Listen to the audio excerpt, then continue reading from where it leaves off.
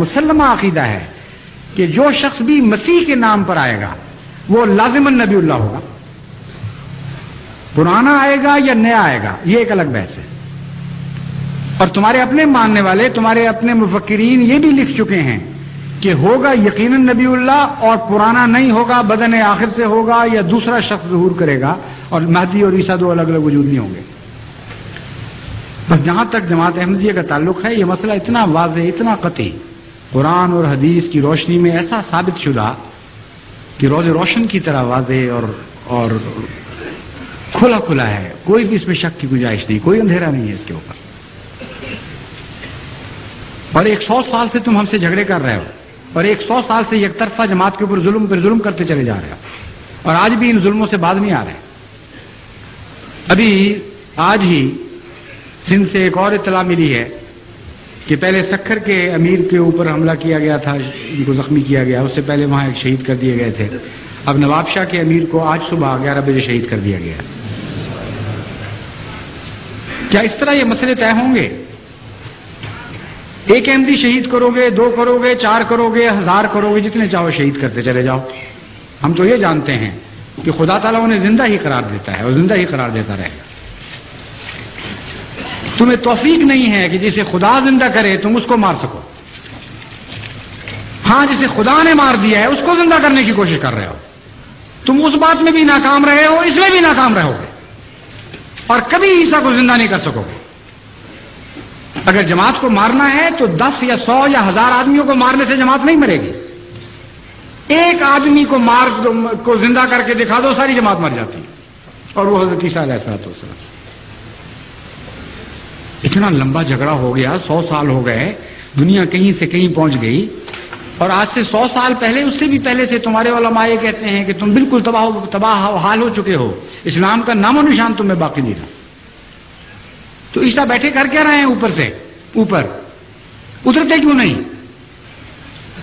احمدیوں کو مارنے کی بجائے ایک مرے ہوئے کو زندہ کر کے دکھا دو. اور میں جماعت احمدیہ کی طرف سے چیلنج دیتا ہوں تمہیں، اس بات پر جھگڑا ختم ہو جاتا ہے. اگر حضرت عیسیٰ علیہ السلام کو تم نے زندہ اتار دیا تو خدا کی قسم میں اور میری ساری جماعت سب سے پہلے بیعت کریں گے.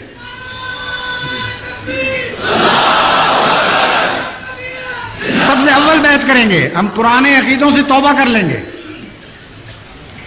اور عیسیٰ کے آگے بھی لڑیں گے اور پیچھے بھی لڑیں گے اور دائیں بھی لڑیں گے اور بائیں بھی لڑیں گے. کیونکہ ہم تو ہاں کرنے والے، آمنا و صدقنا کہنے والوں میں شامل ہو چکے ہیں. لیکن یہ بھی میں تمہیں بتاتا ہوں کہ اگر تمہارا عیسیٰ، اگر وہ فرضی عیسیٰ جس کو تم پیش کر رہے ہو بفرض محال اگر زندہ آسمان پر بھی گیا ہے تو وہ اتر بھی جائے گا، تب بھی تم اس کی مخالفت کرو گے کہ تمہارے مقدر میں مخالفت لکھی گئی ہے. یہ جھگڑا کیوں طے نہیں کرتے اس طرح؟ کیوں دعائیں نہیں کرتے؟ کیوں خدا کے حضور ماتھے نہیں رگڑتے کہ بہت بڑا اختلاف ہو گیا، دنیا کہیں سے کہیں پہنچ گئی، اے خدا اس عیسیٰ کو بھیج. تم سے تو اس معاملے میں یہودی بہتر ہیں کہ آج تک دیوار گریا کے پاس جا کے سر پٹکتے ہیں اور کہتے ہیں کہ اے خدا اس مسیح کو بھیج، اس ایلیا کو بھیج جس کے بعد مسیح نے آنا تھا. تمہیں کوئی حسرت نہیں، کوئی درد نہیں تمہارے دل میں اسلام کی زندگی کا. عیسیٰ تو عیسیٰ، ابھی تو دجال کا گدھا بھی ظاہر نہیں ہوا جس کے اوپر بیٹھ کر دجال نے سفر کرنے ہیں اور ہلاکتیں پھیلانی ہیں دنیا میں. پھر کہ جا کر کہیں عیسیٰ علیہ السلام کی باری آنی ہے. کہانیوں میں بس رہے ہو، قصوں میں رہ رہے ہو، تمہارا کوئی بھی تعلق باقی نہیں رہا. حسرت ہے تم پر، اور ہم ان حسرتوں کے ساتھ تمہارے لیے دعائیں کرتے ہیں.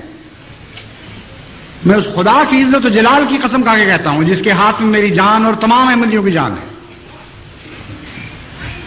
کہ اگر واقعتاً عیسیٰ زندہ ہے اور ہم جھوٹے ہیں تو ہم سب کو ہلاک کر دے اور نیست و نابود کر دے. مگر خدا کی قسم عیسیٰ مر چکا ہے اور اسلام زندہ ہے. آج اسلام کی زندگی تم سے ایک فدیہ چاہتی ہے. وہ کیا ہے؟ عیسیٰ کی موت. اس لیے عیسیٰ کو مرنے دو، اسی میں اسلام کی زندگی ہے. السلام علیکم ورحمۃ اللہ.